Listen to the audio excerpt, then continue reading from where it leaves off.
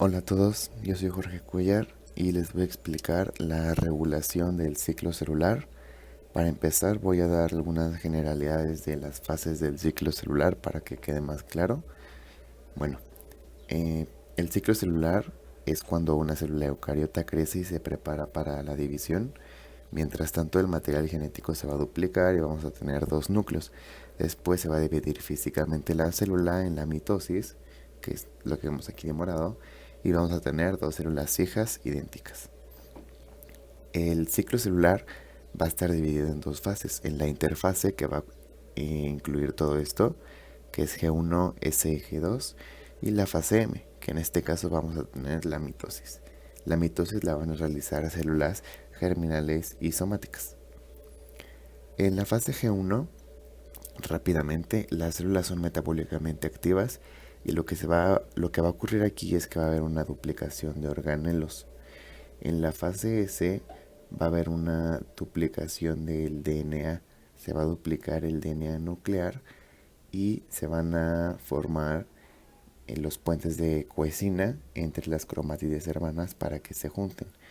Luego en la fase G2 vamos a tener una verificación de que se haya concluido la duplicación del DNA y que el mismo no presente ningún daño. Ya después tenemos la mitosis y ahorita concretamente les voy a decir qué es la metafase y anafase, que es lo que nos va a servir para la regulación. La metafase es cuando los microtúbulos posicionan a los cromosomas en el ecuador de la célula donde se van a alinear. Y la anafase es cuando las cromátides hermanas se separan sincrónicamente a cada uno de los lados de la célula, como lo vemos en esta imagen.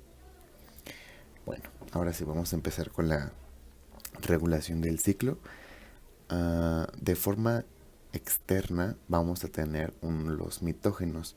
Estos mitógenos pueden ser eritropoyetina 17 beta estradiol, FGF, entre otros, y lo que van a hacer es inducir a la división celular.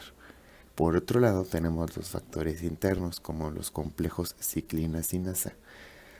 A mí se me hace más fácil aprenderme estos complejos en una tabla, por ejemplo en esta, en donde yo pongo CDK G1, G1S, S y M. Y de este lado, para aprenderme todo esto, lo que yo hice fue poner A, B, poner C o saltarme C, regresarme a D, E. Ok, entonces empezamos desde el tercero, A, B, C, D, E. Y así está más fácil aprenderse estos. Y aquí tenemos 6, 4, 2, 2, 1, 1. 6, 4, 2, 2, 1, 1. Y ya con que repasen esta tablita ya van a saber qué ciclina y qué sinasa dependiente de ciclina se utiliza en cada parte del ciclo celular. Bueno, y como inhibidores vamos a tener los CKI y tenemos dos familias importantes en los inhibidores, los CYP, que van a ser los que inhiben a cualquier CDK sinasa, a cualquiera del ciclo, y tenemos a P21 y a P27 que vamos a utilizar en este video. Y en los INC van a ser inhibidores del complejo CDK4 y CDK6, o sea, solo van a estar en la fase G1. Y estos va a ser, aquí vamos a tener a P16. ¿Ok? Bueno, ahora sí vamos a empezar. Tenemos 4 puntos de verificación del ciclo celular. El primero se me llama punto de restricción, después tenemos el primer punto de control, segundo punto de control y tercer punto de control. La fase S, como aquí lo puse, no va a tener punto de control, pero sí vamos a tener una ciclina dependiente de sinasa que va a actuar sobre el DNA. El punto de restricción es en donde es cuando las células van a entrar a esta parte del ciclo y es forzoso que terminen el ciclo o que hagan apoptosis. Cuando no tenemos mitógenos, CDK G1 va a estar inhibido por P16, que como vemos de este lado es un inhibidor del ciclo celular. Cuando tenemos la presencia de mitógenos y un ambiente favorable, P16 se va a inactivar, se va a ir y vamos a tener solito a CDKG1 y entonces se va a activar, por eso ya lo puse de verde. ¿Ok? Por otro lado tenemos el factor de transcripción E2F, que igual va a estar inactivado por una proteína que se va a llamar RB o retinoblastoma. CDKG1 va a fosforilar a esto, específicamente a RB, le va a agregar un grupo fosfato para inactivarlo. Al hacer esto, E2F se va a liberar, se va a activar y va a estimular a la ciclina dependiente sinasa del siguiente punto de verificación. Y en sí eso es lo que pasa en el primer punto de restricción. Después tenemos el primer punto de control. En el primer punto de control, que es al final de G1, hay que recordar que estos dos ocurren en G1. El primer punto de control, que es al final de G1, involucra que si hay daño al DNA, se van a activar ATM y ATR. Cuando estos se activan, van a aumentar las concentraciones de P53, que es conocido como el guardián del genoma.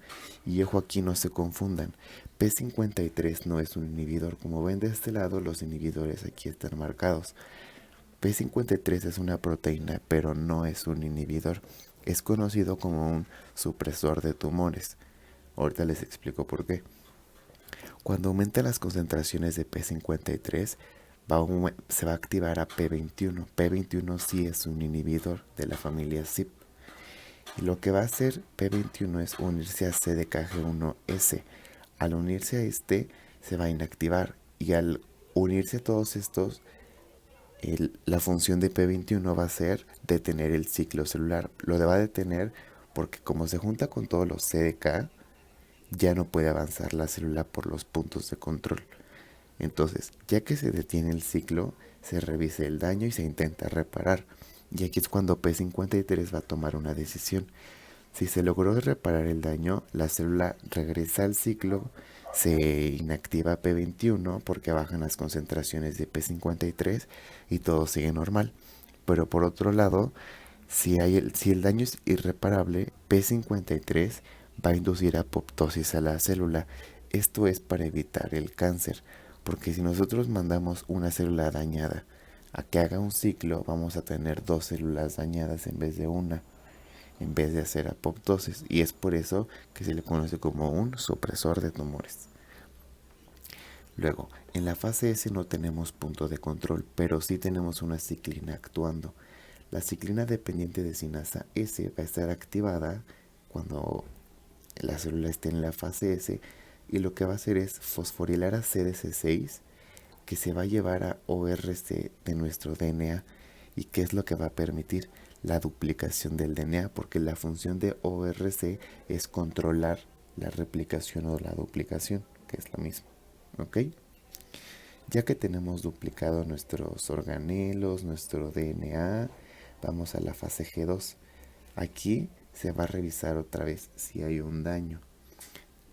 Este va a ocurrir al final de G2 y cuando se verifique que todo esté duplicado, si hay daño, vamos a utilizar a P53 que va a inducir a P21 y otra vez se va a detener el ciclo y se va a revisar si hay daño y si no hay daño y si se pudo reparar el daño, perdón, o si no se pudo reparar para ver si vamos a inducir apoptosis o seguir con el ciclo. En caso de que sigamos con el ciclo, vamos a entrar propiamente a la mitosis y tenemos la profase, luego va a ir a la prometafase, metafase. Y entre la metafase y anafase tenemos el tercer y último punto de control. Aquí vamos a tener a un complejo llamado CDC20-APC. Estas dos van a estar separadas, se van a juntar cuando la célula entre a este punto de control.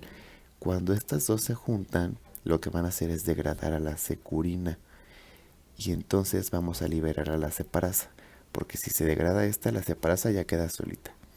La separasa es una proteasa y lo que va a hacer es degradar a las cuecinas que se formaron en la fase S.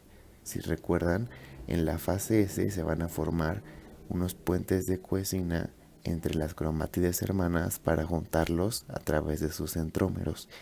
La separasa va a degradar estos puentes de cuecina para que las cromátides hermanas se vayan a cada lado de la célula y así podamos tener dos células idénticas. Finalmente tenemos a G0. G0 es cuando la célula sale del ciclo celular y aquí es cuando las células están ya diferenciadas, como las neuronas o las fibras musculares. Y lo importante de este paso es P27. P27 lo que va a hacer es detener a todas las ciclinas dependientes de sinasa para que la célula no se siga dividiendo y ya ahí quede. Ok, bueno, esto es todo por la regulación del ciclo celular. Espero me hayan entendido. Gracias.